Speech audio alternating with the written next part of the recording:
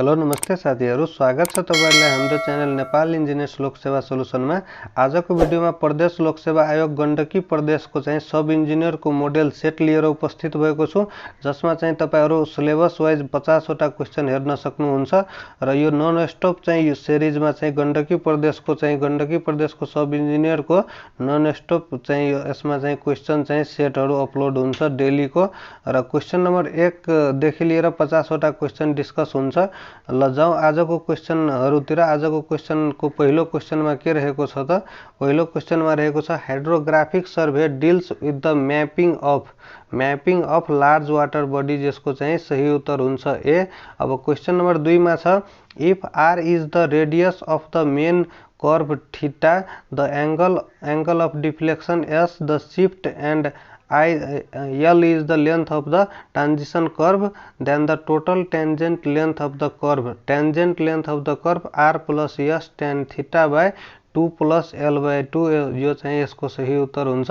तर यस्तो क्वेशन खासै सोधेको छैन, सर्वेबाट क्वेशन रहेको छ। अब क्वेशन नम्बर 3 मा के छ? In geodetic survey higher accuracy is achieved if higher accuracy कति बेला हुन्छ त? कर्वेचर अफ द जुन अर्थ जुन छ curvature of the earth surface is taken into account.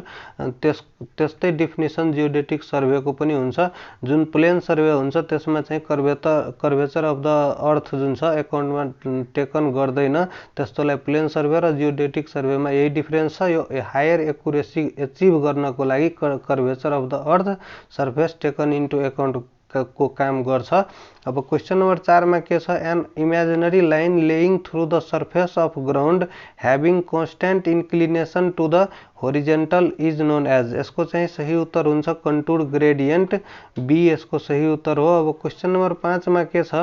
Question number 5 मा रहेको छ the small area unpainted surface, the small area unpainted surface enclosed by hair line cracks are called. यसको चाहिँ सही उत्तर हुन्छ crazing. The small area unpainted surface enclosed by hair line cracks are called crazing. अब question number 6 मा छ the percentage of alumina and silica in good fire clay vary respectively. The percentage of alumina and silica, alumina भनेको छ र silica in good fire clay vary respectively is 25 to 75। यसको चाहिँ सही उत्तर हुन्छ 25,75। तो यो चाहिँ एलुमिना र सिलिकाको भनेको छ।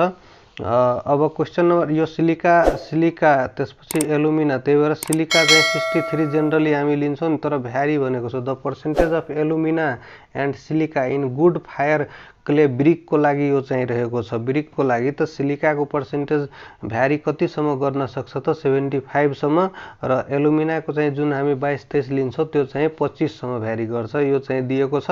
अब क्वेशन नम्बर 7 मा के छ? पिक अप द रोक व्हिच इज नोट सेडिमेन्ट्री रोक फ्रम द फलोइङ। सेडिमेन्ट्री रोक यसबाट कुन होइन त? जिप्सम र स्यान्डस्टोन त सेडिमेन्ट्री हो, ग्रेभल पनि आउँछ त्यसमा, तर डोलेराइट चाहिँ सेडिमेन्ट्री रोक होइन। अब क्वेशन नम्बर 8 मा के छ? Permanent magnet are made of high carbon steel and permanent magnet are made of high carbon steel र के मिलाएर चाहिँ बनाएको हुन्छ त? कोबाल्ट र made of high carbon steel र कोबाल्टलाई मिलाएर चाहिँ पर्मानेन्ट म्याग्नेट बनाउँछ, जसमा चाहिँ 45% कोबाल्ट हुन्छ। अब क्वेशन नम्बर 9 मा के छ? 9 मा रहेको छ load required to produce unit deflection is known as. Load required to produce unit deflection is known as stiffness B यसको सही उत्तर हो। Load required to produce unit deflection is known as, यसको चाहिँ सही उत्तर स्टिफनेस हो। अब क्वेशन नम्बर 10 मा छ reinforced concrete beam is assumed to be made of reinforced concrete beam is assumed to be made of heterogeneous material B यसको सही उत्तर हुन्छ हेट्रोजेनियस मेटेरियल। अब क्वेशन नम्बर 11 मा छ when a column is resting on a base plate the stress along the surface of contact are. When a column is resting on a base plate, the stress along the surface of contact are bearing stresses को सही उत्तर हुन्छ D. अब question number 12 मा के छ? 12 मा रहेको छ the stiffness factor at the near end of a member with far end fixed is the stiffness factor at the near end of a member with far end fixed is 4EI/L। यसको सही उत्तर हुन्छ। अब question number 13 मा छ equation of continuity of fluid is applicable only if flow is steady, flow is incompressible, flow is one dimensional. D यसको सही उत्तर हुन्छ, अल अफ द एबभ। अब क्वेसन नम्बर 14 मा छ weir may also be use to measure, weir may also be use to measure discharge in a river or channel. यसको सही उत्तर हुन्छ weir may be use to measure discharge in a river or channel. C यसको सही उत्तर हुन्छ। अब question number 15 मा के छ differential manometer are use to measure, differential manometer are use to measure difference in pressure at 2 point. यसको सही उत्तर बी हुन्छ। अब क्वेसन नम्बर 16 मा छ molecules of fluid gets attract due to, molecules of fluid gets attract due to cohesion. तर दुईवटा एक अनदर चाहिँ मोलिकुलको एट्र्याक्सन चाहिँ सेम टाइपको मोलिकुल हुँदैन भने त्यस्तोलाई एडेसन भन्छ। मोलिकुल्सको बीचमा भयो भने त कोहेसन भइहाल्यो। यो चाहिँ फ्लुइड हाइड्रोलिक्सको क्वेसन हो। अब क्वेसन नम्बर 17 मा छ the ratio of volume of void to the total volume of given soil, volume of void to the total volume of given soil porosity हुन जान्छ। तर यही ठाउँमा total volume of given soil in solid भन्दाखेरि void रेसियोमा लगाउन सक्नुहुन्थ्यो। अब क्वेसन नम्बर 18 मा के छ क्वेसन नम्बर 18 में compaction of soil is aimed at, compaction of soil is aimed at decreasing void ratio. C यसको सही उत्तर हुन्छ। Compaction of soil is aimed at decreasing void ratio यसको चाहिँ सही उत्तर हुन्छ। अब क्वेश्चन नंबर 19 में के छ particle size range is measured by, particle size range is measured by uniformity coefficient. B यसको सही उत्तर हो। Particle size range is measured by uniformity coefficient. अब क्वेश्चन नंबर 20 में छ black cotton soil is not suitable for the foundation. यो धेरै पटक सोधेको क्वेश्चनहरु हो। यस्ता क्वेश्चनहरु जुन छ धेरै पटक सोधेको क्वेश्चन हो र यसमा चाहिँ सोइलिङ एन्ड श्रिंकेज यो सबैले थाहै होला। सोइलिङ एन्ड श्रिंकेज नेचरको चाहिँ ब्लैक कॉटन सोइल हुन्छ, त्यही भएर यो फाउन्डेसनको लागि सुइटेबल हुँदैन। अब क्वेश्चन नम्बर 21 मा छ minimum spacing between horizontal parallel reinforcement of the same size should not be less than 1 diameter. 1D यसको सही उत्तर हुन्छ। Minimum spacing between horizontal parallel reinforcement of the same size should not be less than 1 diameter. अब question number 22 मा छ the aspect ratio is defined as the ratio of length to breadth of a state। यसको चाहिँ सही उत्तर हुन्छ। the aspect ratio is defined as the ratio of length to breadth of a state। 22 को ए चाहिँ सही उत्तर हुन्छ। अब क्वेश्चन नंबर 23 तिर जाऊ। 23 मा के छ a precast pile generally used is, a precast pile generally used is square with corner chamfered, square with corner chamfered। यसको डी सही उत्तर हुन्छ। अब क्वेश्चन नंबर 24 मा छ the maximum ratio of span to depth, the maximum ratio of span to depth of a slab simply supported and spanning in two direction is। Spanning in two direction भनेको छ र ratio of span to depth भनेको छ depth of a slab simply supported छ भने 35 यसको सही उत्तर हुन्छ। अब क्वेश्चन नंबर 25 मा छ the mixture of different ingredient of cement is burnt at 1400 degree centigrade. यसको सही उत्तर सी हुन्छ। अब क्वेश्चन नंबर 26 मा छ the following proportion of the ingredient of concrete mix is not is conformation to arbitrary method of proportioning 1:4:10। यसको सही उत्तर डी हुन्छ। अब क्वेश्चन नंबर 27 मा छ when shear exceed the permissible limit in a slab then it is reduced by, when shear exceed the permissible limit in slab then it is reduced by increasing the depth। ए यसको सही उत्तर हुन्छ। अब question number 28 तिर जाउँ। 28 मा के छ रोड पेभमेंट को बारे में क्वेश्चन रहेको छ। For road pavement the cement generally used is rapid hardening cement road को लागि यो पनि धेरै पटक सोधेको क्वेश्चन हो।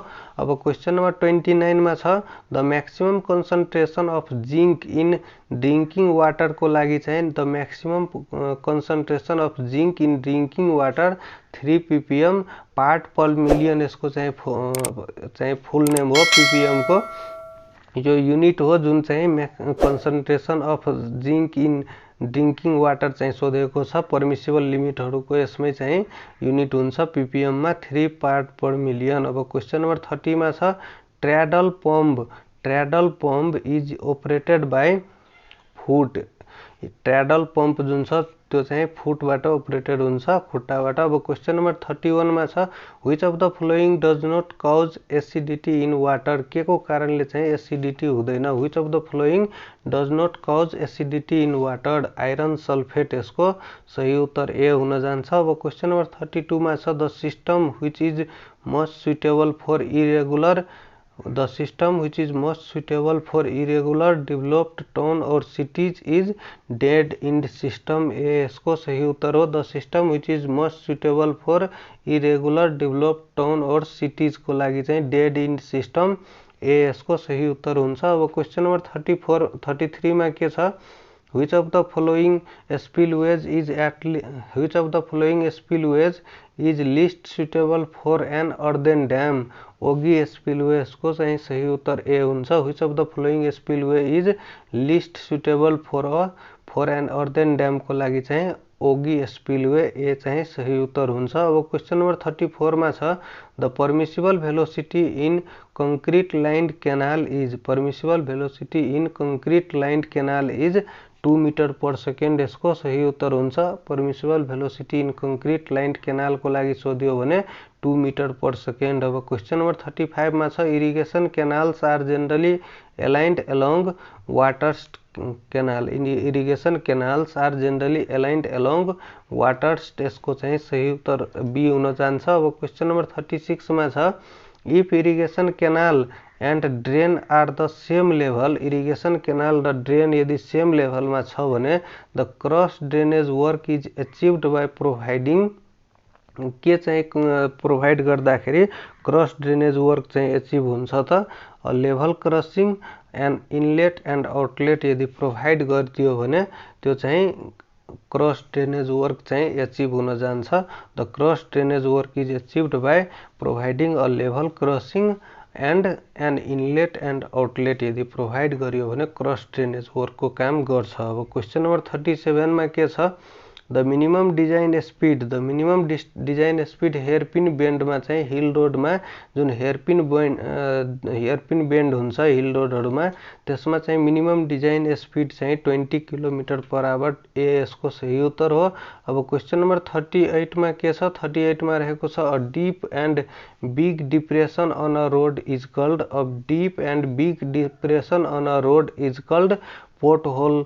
जुन चाहिँ मेन्टेनेन्स रिकरेन्ट मेन्टेनेन्सहरु गरेर चाहिँ मेन्टेनेन्समै आउँछ त्यो पोर्ट होल चाहिँ a deep and big depression on a road is called pothole. जुन चाहिँ पिच रोडहरुमा खाल्डोहरु बनाया हुन्छ त्यस्तोलाई पोर्ट होल र त्यो चाहिँ रिपेयर गर्नुपर्छ। अब क्वेशन नम्बर 39 मा के छ Which of the following is indicated by a warning sign? Which of the following is indicated by a warning sign? Level crossing यसको सही उत्तर ए हुन्छ। अब क्वेशन नंबर 40 मा के छ The T-beam bridge is generally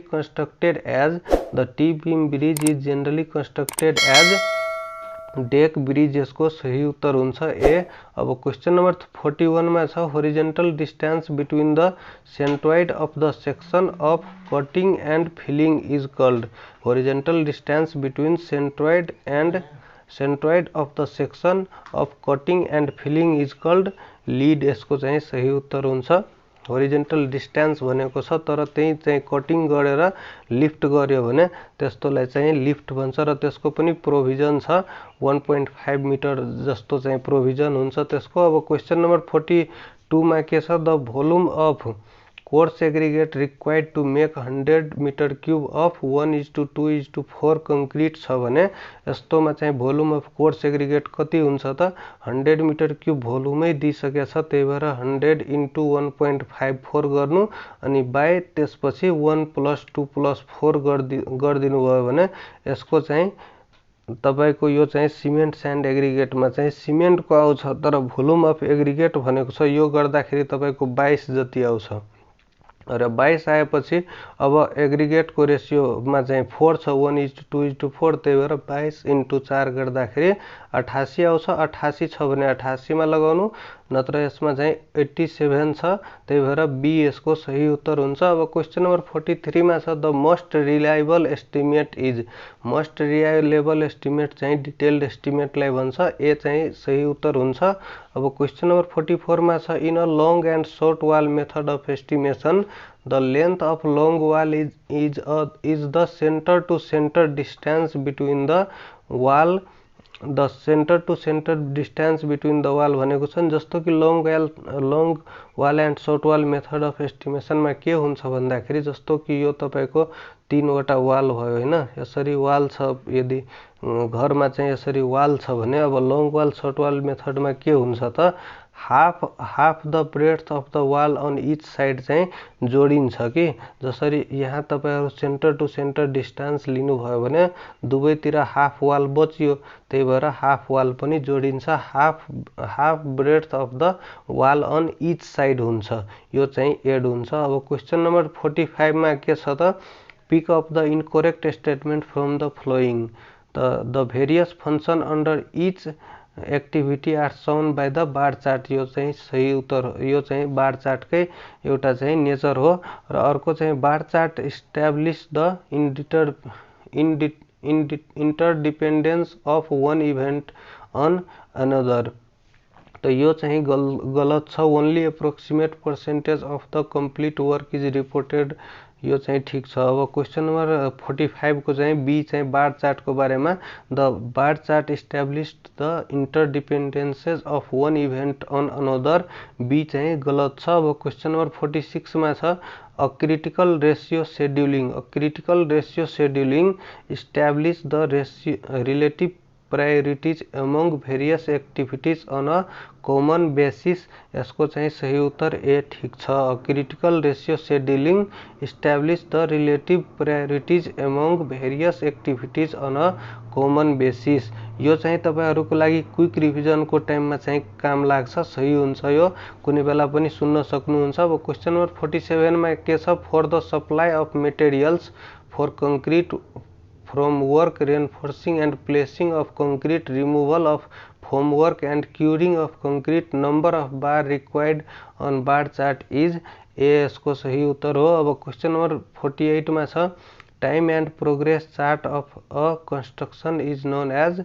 time and progress chart यो bar चार्टमा पनि हुन्छ, ग्यान्ट चार्टमा पनि, मोडिफाइड माइलस्टोन चार्ट सबै एउटै टाइपको हो, त्यही भएर डी यसको सही उत्तर हो। अब क्वेशन नम्बर 49 मा छ an area which is used for landing and take off an aircraft is termed as. Airfield यसको सही उत्तर हो।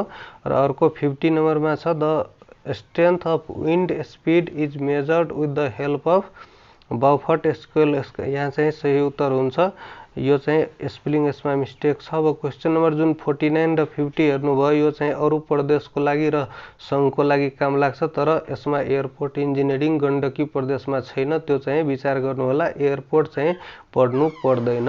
हस्त साथीहरु आजको भिडियो कस्तो लाग्यो, तपाईहरु कस्तो टाइपको भिडियो हेर्न चाहनुहुन्छ लोकसेवाको बारेमा तपाईहरु कमेन्ट गर्न सक्नुहुन्छ। यति भन्दै आजको भिडियोको चाहिँ 50 वटा क्वेशन सकियो। यति भन्दै आजको भिडियो यही टुङ्गिन्छ। धन्यवाद।